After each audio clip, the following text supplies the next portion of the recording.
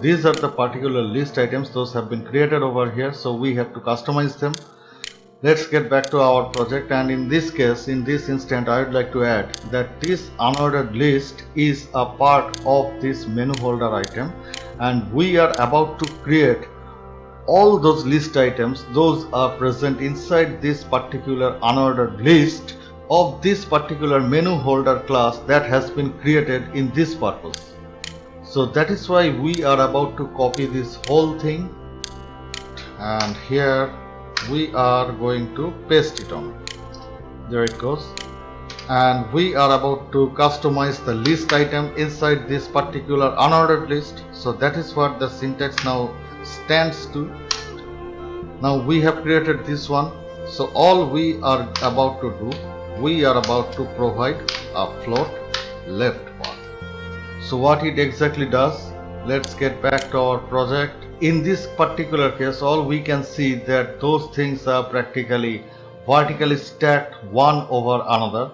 Now if we reload, we can see that they practically floating apart. They practically are now aligned to their extreme left position, all of them, all of these list items. So this is the exact function of float left. It is practically aligning your list items into a horizontal display. Now all we need to do, we need to customize it. In the very first case, if we get back to index.html, we can see that inside these list items there is another anchor tag that we have used along with this particular list items. So we now have to customize this particular anchor tags to getting back to stylesheet.css, and this anchor tag, it is practically lying within this particular list item, which is in turn lying within this particular unordered list, and which is in turn lying within this particular menu holder item. So we are about to customize this anchor tag, and here we are providing this display lock property. There goes it. In the second case, we are providing a particular width to it, 100 pixels. We have used a height of 50 pixels over here.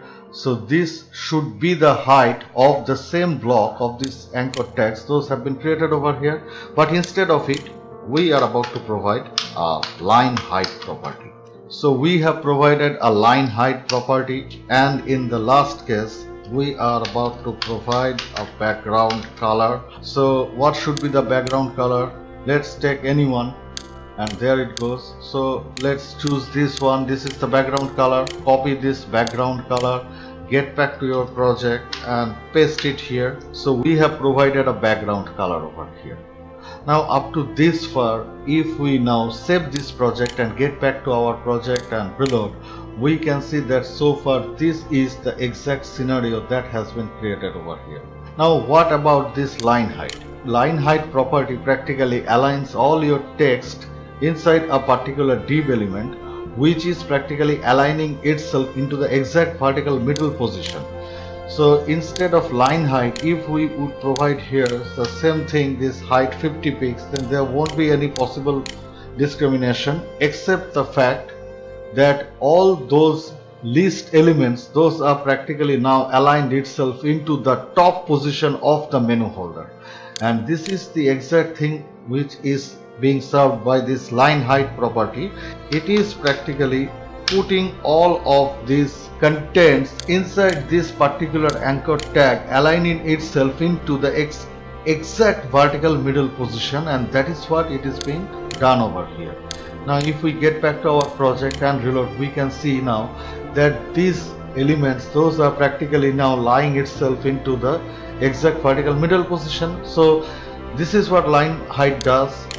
Now another thing, we need to remove this particular, for say this particular underlines, those have been created by default, so we are about to remove it. So we are providing here text decoration as none. The text decoration is none. So if we now get back to our project and reload, we can see that we now get rid of this particular underlines. Those have been created by default. In the last case, we are about to change the color. This is the color. We may put here a white font color. There it goes, and now we can see that we can use a particular font color which is white in nature. Now we need to provide a margin in between these list items that we have created so far. So all we are going to do, we are going to provide a margin of 10 pixels. There it goes, the margin has been created.